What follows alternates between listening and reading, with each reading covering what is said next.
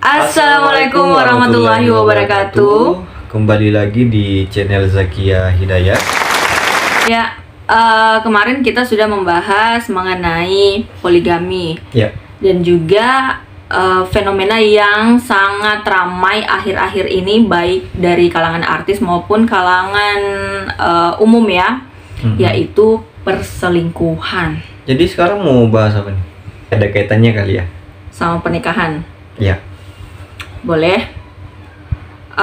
Selain pernikahan yang kita ketahui, yang umumnya kita ketahui, apalagi pernikahan apalagi yang ada di Indonesia ini? Ada tuh pernikahan siri. Pernikahan siri. Iya sih. Kalau pernikahan siri itu seperti apa sih pernikahan siri itu? Iya, jadi pernikahan siri itu kan suatu pernikahan yang dilakukan itu tanpa tercatat di KUA atau kadangkala disebut pernikahan di bawah tangan gitu. Nah, kalau pernikahan seperti ini itu tidak diatur oleh undang-undang dan tentu tidak memiliki kekuatan hukum. Tidak memiliki kekuatan hukum. Iya. Oke. Berarti benar-benar tidak tercatat di hukum Indonesia ya? Iya. Tidak memiliki kekuatan hukum. Itulah kenapa sangat penting dalam suatu perkawinan atau pernikahan itu harusnya tercatat di KUA. Karena di KUA itu sendiri adalah gerbang pertama yang dimana suatu pernikahan itu terakomodir oleh hukum positif itu sendiri. Gitu. Kalau biasanya pernikahan siri itu penyebabnya apa ya? Beragam sih. Pernikahan siri itu bisa jadi karena mungkin seorang suami mau menikah lagi, mau menikah kedua kalinya. Itu berkaitan dengan poligami. Iya. Nah, ini ada kaitannya juga nih. Sip. Nah, seorang suami. Dan ada kaitannya juga sama perselingkuhan gitu ya. Oke, kita lanjut ya. Lanjut. Jadi seorang suami bisa saja ingin menikah lagi lebih daripada satu pasangan, yaitu ya, tapi menyembunyikan pernikahannya itu dari istri saya. Itu yang pertama. Terus yang kedua bisa saja pernikahan siri ini dilakukan orang yang betul-betul belum pernah menikah sama sekali, tetapi dengan alasan dia ingin menghindari yang namanya perzinahan.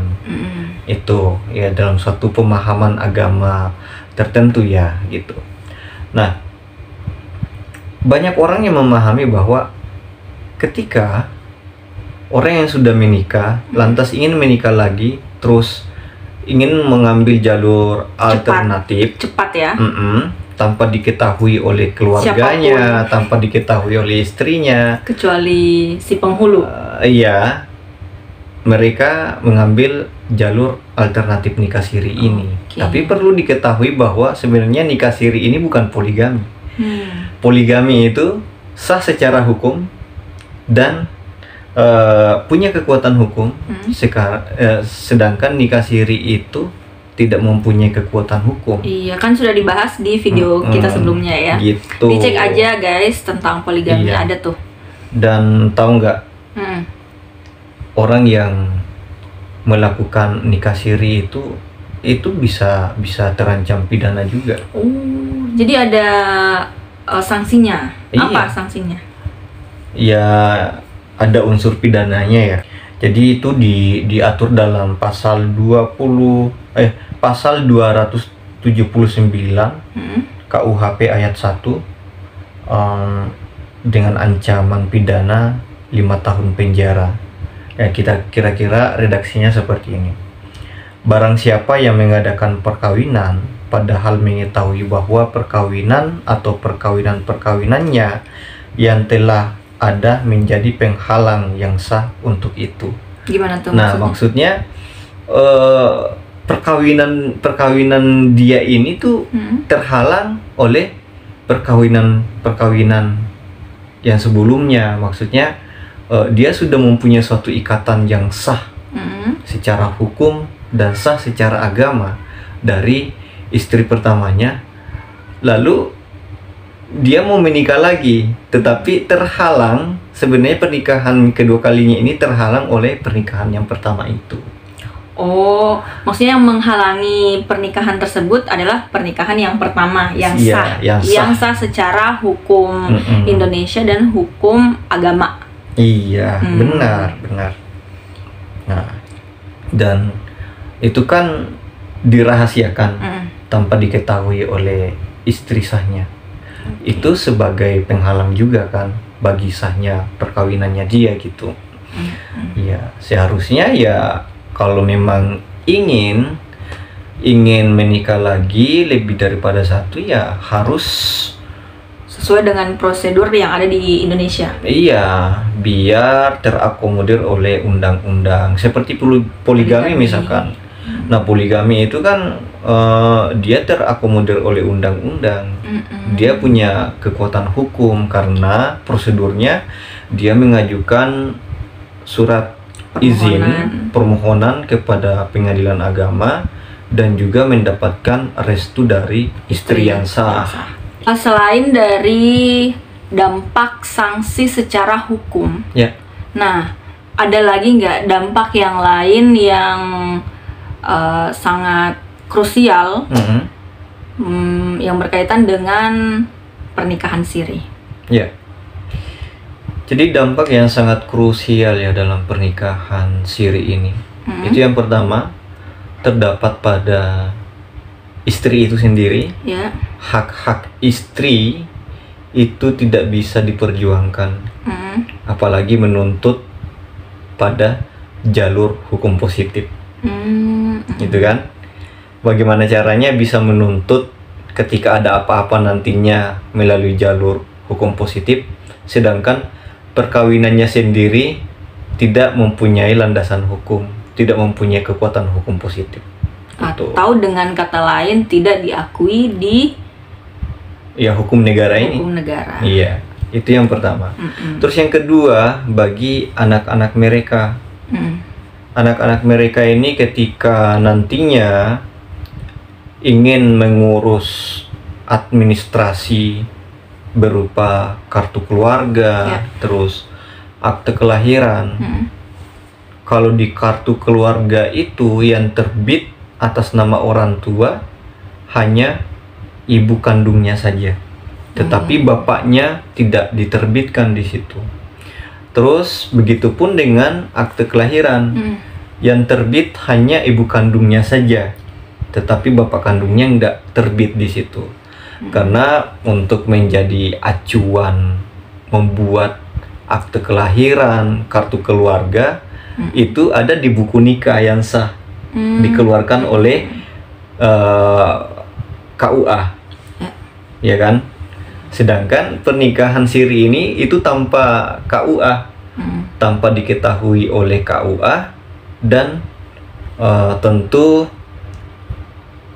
tidak diakui secara undang-undang. Itu dampaknya parah banget kan. Selain dampak dari itu yang disebutkan tadi, ada lagi dampak lainnya? Itu sih menurut saya yang lebih mendasar ya. Tadi bahwa ya lagi-lagi ketika seorang istri merasa dirugikan, terus seorang istri merasa tidak mendapatkan suatu tanggung jawab dari seorang suami hasil daripada pernikahan siri, ya sabar saja, karena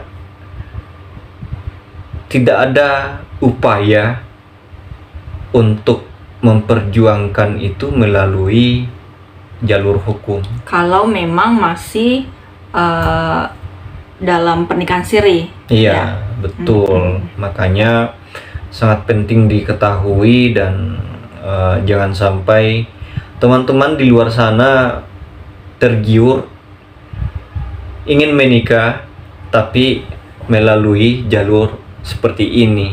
Ya mungkin saja orang yang diuntungkan dalam hal ini itu laki-laki saja, tetapi perempuannya itu sangat buntung gitu. Perempuan sangat dirugikan. Sangat dirugikan.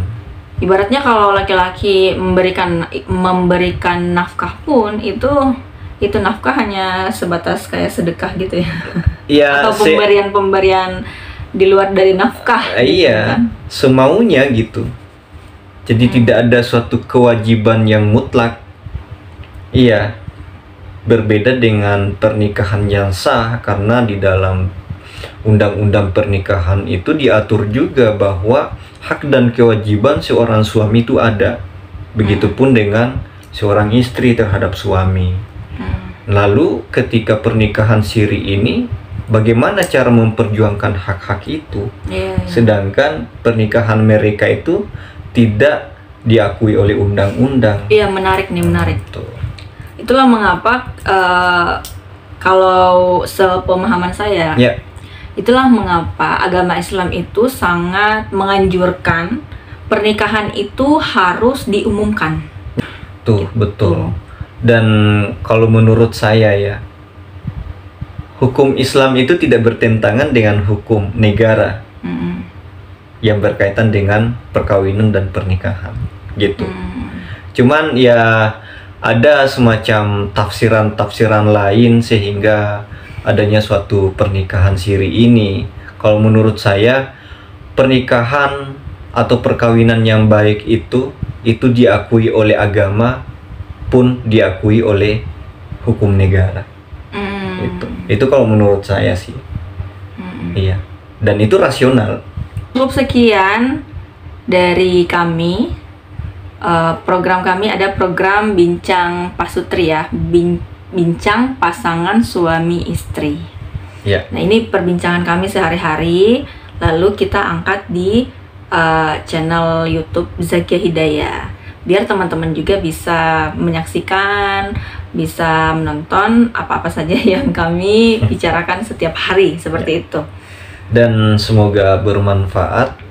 Kalau mungkin teman-teman di antara teman-teman ada yang ingin komentar, ada yang ingin menambahkan dan ingin request hal-hal yang seru untuk dibahas, silahkan. Boleh banget. Cantumkan komentarnya di kolom komentar ya. Iya. Oke, jangan lupa like, komen, dan subscribe. Semoga channel Zakia Hidayah kedepannya makin berkembang dan makin bermanfaat lagi. Itu saja. Terima kasih.